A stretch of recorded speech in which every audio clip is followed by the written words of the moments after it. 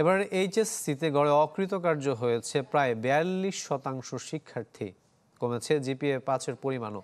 কোনো শিক্ষার্থী পাশ করেনি এমন শিক্ষা প্রতিষ্ঠানের সংখ্যা গতবারের চেয়ে দ্বিগুণ হয়েছে। এ ফলাফল বিপর্যয় কর্তৃপক্ষ বলছে যে মূল্যায়নের বাহুল্য কমেছে। আর গবেষকদের মতে অটোপাস সহ দীর্ঘদিনের শিখন ঘাটতি এবং নম্বর বাড়িয়ে দেওয়ার রাজনৈতিক সিদ্ধান্ত না থাকায় ফলাফলের এই বাস্তবতা। বিস্তারিত জানাচ্ছেন শামীমা সুলতানা।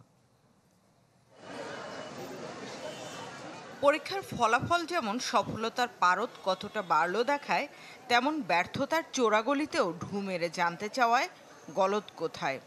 এবারের এইচএসসি ও সমমানের পরীক্ষায় পাশের হার গত ২১ বছরের চেয়ে কম। পাশ করতে পারেননি ৪১.১৭% শিক্ষার্থী। পাশের হার বাড়ার সাথে বেড়েছে শূন্য পাশ প্রতিষ্ঠানের সংখ্যাও। গতবার ৬৫টি প্রতিষ্ঠানের সবাই অকৃতকার্য হলেও এবারে তা বেড়ে হয়েছে ২০২টি। আবার গতবার যেখানে প্রায় ১৮০০ প্রতিষ্ঠানে সবাই পাশ করেছিল, সেখানে এবার মোটে ৩৫০-র মতো প্রতিষ্ঠানের সবাই পাশ করেছে।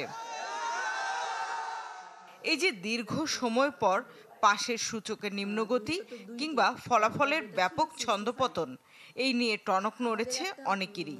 এ প্রসঙ্গে শিক্ষা উপদেষ্টা বলছেন, শুধু সংখ্যা ভালো করার একটা অপসংস্কৃতি জেঁকে বসেছিল শিক্ষা খাতে। রাজনৈতিক ফায়দা হাসিলে সেই ধারা পরিবর্তনের সময় এসেছে। এখন গোড়াতে যদি আপনার শক্ত মাটি না থাকে তাহলে ধস তো নামবেই। কাজে আমাদেরকে নিচের থেকে আবার গড়ে তুলতে হবে। সেই প্রচেষ্টা আমরা শুরু করেছি। যারা আসবেন সেই দায়িত্বটা তারা পালন। হিরন আরও মিনারেল ওয়াটার মাত্র ৫০ পয়সায় প্রতি লিটার। তবে কি মূল্যায়ন পদ্ধতিতে কোনো পরিবর্তন এসেছে নাকি পড়ালেখার মান কমেছে? কি বলছেন শিক্ষা গবেষকরা? তারা ওই হোঁচট খেয়েছে, যেহেতু অনেক বড় সিলেবাস এবং ওখানে আমাদের হায়ার অর্ডার স্কিল কিছু বিষয় আছে, কন্টেন্ট আছে, যেগুলোর সাথে শিক্ষার্থীদের শিখন ঘাটতি পূর্বে থাকবার কারণে রাজনৈতিক উদ্দেশ্য সেখানে পূরণ ছিল সবচেয়ে বড় টার্গেট। এখন যেটি হয়েছে, এই সরকার চেষ্টা করেছে পূর্ববর্তী পদ্ধতিতে ফেরত যাবার জন্য এবং তার ফলে নিরপেক্ষ এক ধরনের মূল্যায়নের প্রচেষ্টা পেয়েছে। এই গবেষক মনে করেন, শুধু রাজনৈতিক বিবেচনাতেই নয়, নতুন নতুন শিক্ষা প্রতিষ্ঠান তৈরি, শিখন পদ্ধতি, মূল্যায়ন সবই হওয়া উচিত বৈজ্ঞানিকভাবে। যেমন প্রথম বর্ষে তারা যা শিখেছে, তাদের ফার্স্ট টার্মিনাল, সেকেন্ড টার্মিনাল এবং ফাইনাল ইয়ার, এইগুলো কিন্তু তাদের চূড়ান্ত পরীক্ষায় কোনো অংশগ্রহণ এবং তাদের যুক্ত হয় না। ফলে তারা শুধুমাত্র ফাইনাল পরীক্ষার উপরে পরীক্ষা নির্ভর পদ্ধতির যে শিক্ষা ব্যবস্থা, এটা বাংলাদেশের শিক্ষা পদ্ধতির এবং মূল্যায়ন পদ্ধতির চরম একটা দুর্বলতা। এই জায়গাটি পরিবর্তন অপরিহার্য।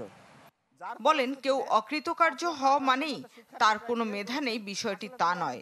এ কারণে ত্রুটিপূর্ণ মূল্যায়ন প্রক্রিয়া থেকে বেরিয়ে আসা উচিত। শামীমা সুলতানা, চ্যানেল 24, ঢাকা।